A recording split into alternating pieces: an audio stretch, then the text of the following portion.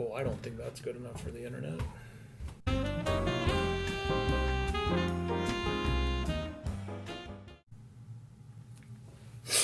All right, we're rolling. So, welcome to my YouTube channel. It's been a little bit, okay? I can't be posting all the time. I've got a family. I've got a new career path.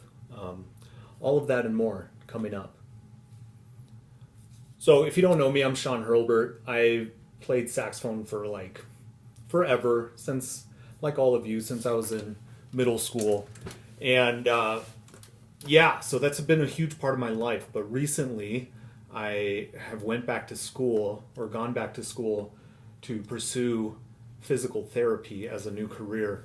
So that involved taking a bunch of science courses and applying, and thank goodness I got in. I started in the fall. And then that's when the real fun begins. And so I have this little gap in the next few months. So I'm planning on doing as much as I can involving saxophone while I still can. I don't think it's going to get any easier when I'm in school or starting my new career, or, life. Life is going to happen. And I've got two little ones being my two daughters, whom I love dearly. And they don't care if daddy practices every day. So they come first, and then saxophone, and then they come first, my wife, making money, roof over our heads, food, and then saxophone. Saxophone's like 8 or 9 on the list. I don't know. I have to think about that. Anywho, so why am I even doing this? Because I have too many friends in the saxophone world. Reminds me of World of Warcraft. I have too many friends in saxophone, and I don't want them to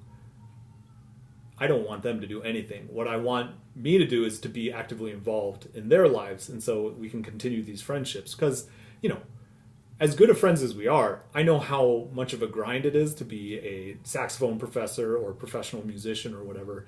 You're not going to take time out of your busy life to, I don't know, come visit or whatever. It's like I should come to them, or I need to come to them when all the people are hanging out at the saxophone conferences and conventions and whatnot, that kind of thing. So that's the plan. Get in shape, maybe put on a concert, maybe give a clinic, maybe do a thing. But beyond that, beyond my selfish interest to just hang out with my friends, there are lots of things I'm interested in. I came up as a classical player. I've been playing a lot of jazz for the last couple of years. I'm still a complete scrub when it comes to jazz, but I'm anxious to share my journey with you guys about the things I'm doing and trying to accomplish with the limited time I have and the limited chops that I have. Because I think it'd be interesting for you just to think, especially if you come from a similar background, if you played classical saxophone your whole life and you're had this nagging itch to play a little bit of jazz, maybe I could steer you in that direction, or give you some ideas, at very least give you some ideas on how to approach that. So we'll do that. So, okay, lastly, what am I doing to get in shape? All right, so I've actually been playing the last few weeks. I can honestly say I've been practicing. What does that amount to in time? I don't know. I'm maybe too embarrassed to say, but let's just say I'm stringing lots of days together. So it's been a few weeks like that, and I'm not so self-conscious about the kind of horrendous sounds that are coming out of my mouth, out of my saxophone. And so that's what I'm supposed to be telling you. I'm going to share with you what I'm doing to get in shape. Namely, I just need to learn how to play in tune again. So I actually use smart music a lot. Smart music is great because you can play an accompaniment and have your part played back to you. And it's kind of like a crappy MIDI saxophone sound, but it does the job. And I've just been playing stuff like Bach and Vivaldi and Albinoni and Tartini. Yeah, I have a doctorate in music. I know these things. Giuseppe Gudaveggio. Giuseppe.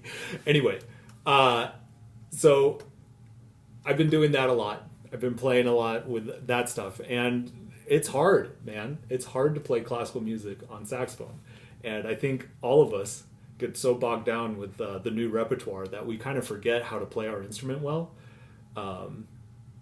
Maybe I'm speaking for myself. I'm just like covering my tracks because I sound so poopy, but that's what's up. I'm gonna go turn off that humidifier. I'll be right back.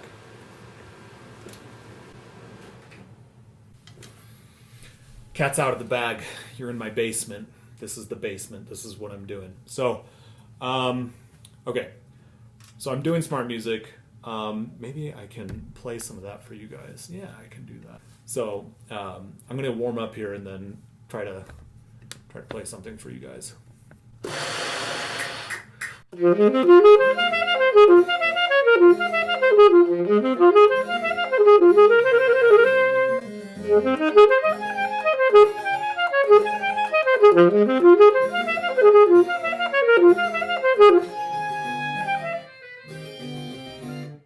Take two.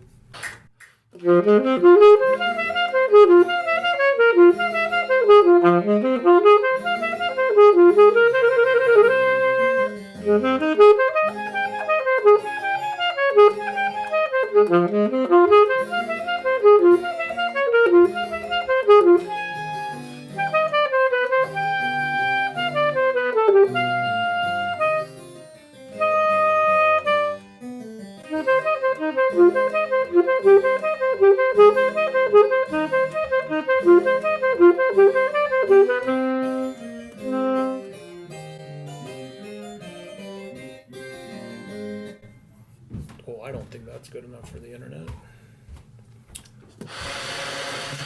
And I've been doing a lot of scales. So, namely, I've been doing altissimo scales. If you go onto this very YouTube page and click on, I don't know, just go to like the 2 or 3 videos that I have, and you'll see the major scales workout that I have, and it's just a MIDI piano going up and down the scales.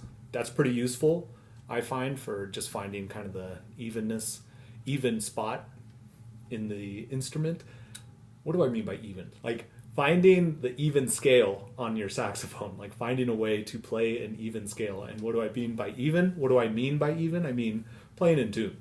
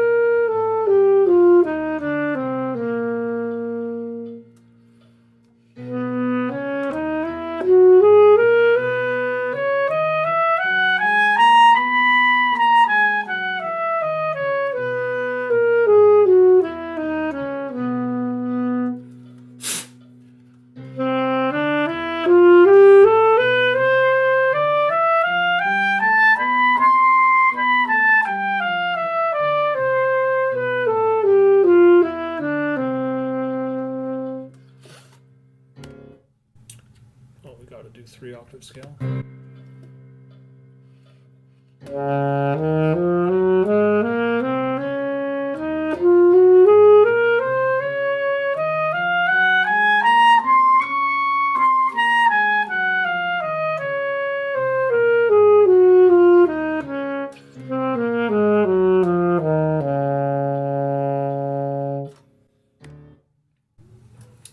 Stuff like that, and it's pretty tough. So my kids are done with their bath. That's like the quick and dirty of what I'm doing, and this is video 1. Hopefully it's a long journey, and I'll see you guys in the next one.